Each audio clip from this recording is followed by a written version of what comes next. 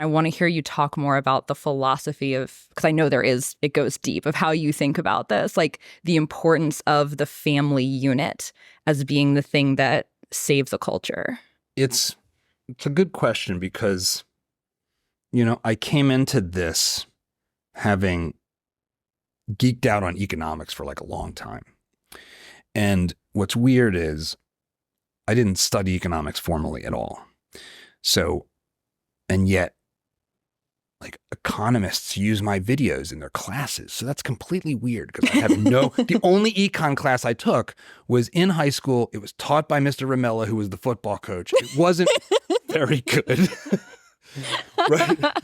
God bless Mr. Ramella. Great guy. Wait, really quickly. If it wasn't a good class, where did this passion for economics come from if it didn't come from school? Well, I think I don't know if this is a philosophy so much as an experience. And I've made videos about this and it kind of underpins everything. I was always a super ambitious guy. I kind of knew I wanted to be in film and video since like middle school. I was making videos for like, as soon as my dad got a video camera, I was captivated by like making videos. And I kind of had a direction that I was blessed to sort of stick with from a pretty early age, which not everybody has, and that's okay. And when my son was born in 2005, it was so transformational for me, from my understanding of who I am, that that is the moment where there is a new person born. I'd interviewed Brett Weinstein and Heather Hang, and Brett put it really well. He said, kids destroy your life and replace it with a better one. And that's absolutely true. And for me, and it took years to realize this, my son's birth actually freed me from the thing that I think holds us all back one way or another. And it's like the prison of our own ego. It's like, oh, my hopes and dreams and ambitions aren't actually as important as I thought they were. Like, I can afford to not achieve any of those things and I'll be okay, in comparison to this other part of my life that's now so much more fulfilling, so much more magical and miraculous.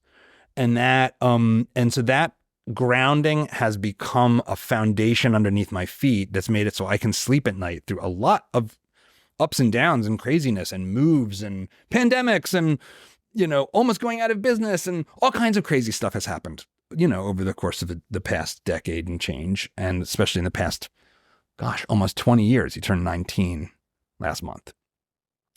So to me, like, that's a long-winded way of saying that foundation in your family, that source of identity, that source of support, that source of knowledge, people who really know you, and they know you because they live with you, because they love you, because they have skin in the game of your success. In the best case scenario, right? Obviously, there's all kinds of broken, dysfunctional families, but that is the bedrock of being able to go out into the world and take risks and do things and stand up to authority and all the other stuff we care about.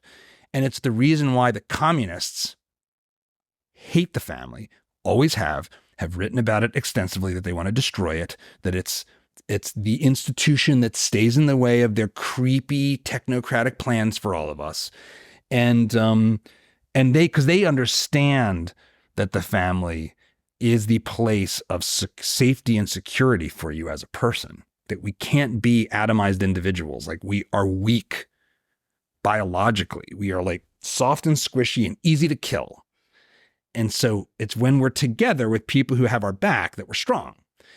And the strongest unit, the base unit of community, is the family. And so if there's a philosophical thing there, it's that you don't have a free society without strong families. You don't.